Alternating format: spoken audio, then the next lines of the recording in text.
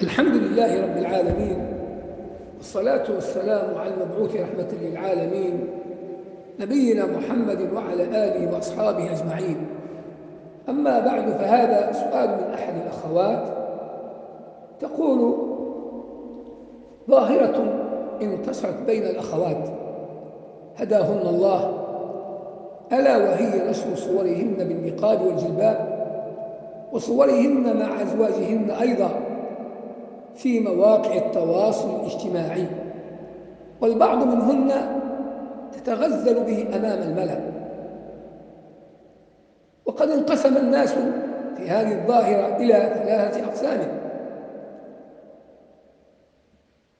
قسم يقول الأمر عادي ولا حرج فيه ما دام بين النساء، وقسم يقول هذا فيه قلة حياء ونشر الغسيل في كل مكان وليست من شيم السلف.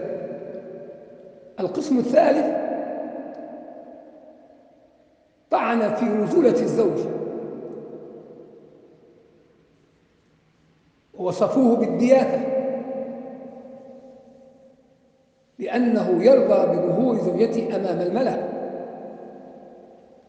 الأمر لم يتوقف هنا، هناك بعض الصور لبعض الأخوات وصلت عند الأخوة وهي بالنقاب طبعا، صاروا يتغزلون بهن: قل للمليحة بالخمار الأسود ماذا فعلت بعابد متنسك، وكذا الطيور على أشكالها تقع.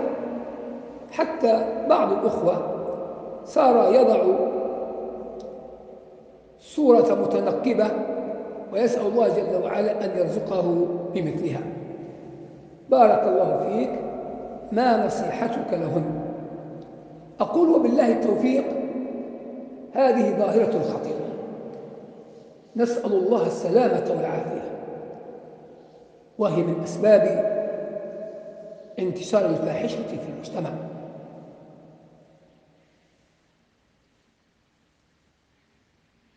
وهذا إن دل على شيء فإنما يدل على قلة الحياء. يقول صلى الله عليه وسلم: إذا لم تستحي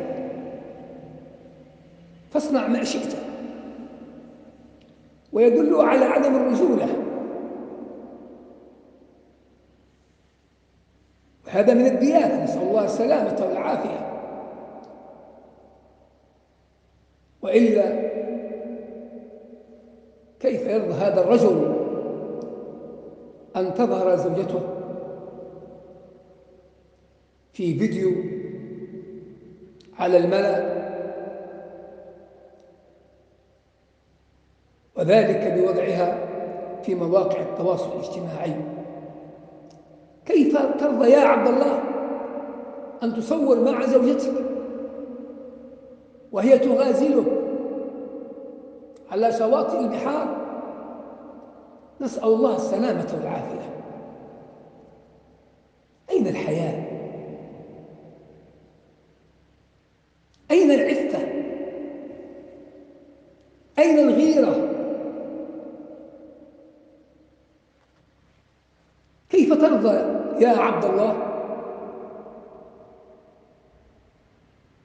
أن تخرج زوجتك في مواقع التواصل الاجتماعي، سواء لوحدها أو معك؟ وكيف ترضين يا أمة الله أن تخرجي في مواقع التواصل الاجتماعي؟ ألا تتقين الله؟ ألا تتقي الله يا عبد الله؟ والله هذا محرم في شرع الله جل وعلا. الإسلام أمر بالستر. ثم أقول: ما الفائدة من نشر هذه الصور في مواقع التواصل الاجتماعي؟ والأمر خطير. إذا وصلت هذه الصور كما قالت الأخت في سؤالها إلى بعض الأخوة وصاروا يتغزلون بها: قل للمليحة بالخمار الأسود ماذا فعلت بعابد المتنسك، وكذا الطيور على أشكالها تقع، كيف ترضى بهذا يا عبد الله؟ أين خوفك من الله جل وعلا؟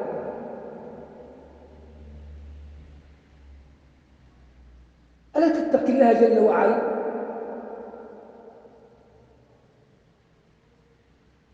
وقد وجهت تلك النظرات المسمومة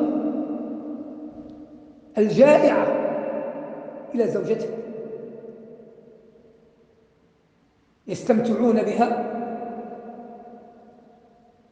في مواقع التواصل الاجتماعي،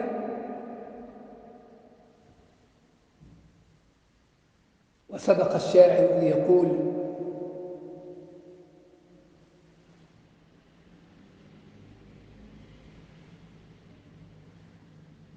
إن الرجال الناظرين إلى النساء مثل الكلاب تطوف باللحمان، إن لم تصل تلك اللحوم أسودها أكلت بلا عوض ولا إثمان.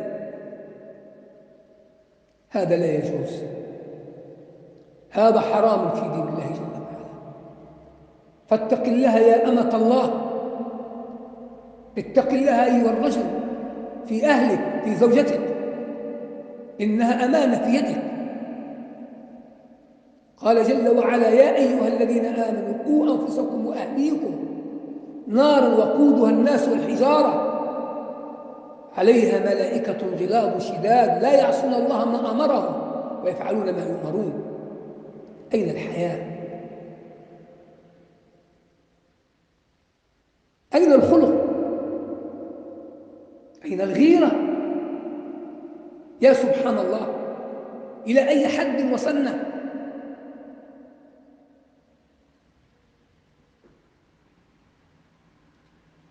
المرأة مع زوجها في مواقع التواصل الاجتماعي، فيديوهات على شاطئ البحر وفي المنتزهات، تجري وراءه ويجري وراءها، بل تمازحه ويمازحها، وتضحك ويضحك معها ويراها الجميع.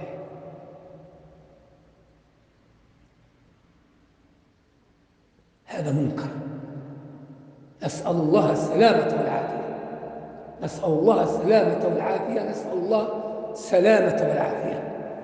هذا والله أعلم بالصواب، وصلى الله وسلم على نبينا. السلام عليكم ورحمة الله وبركاته.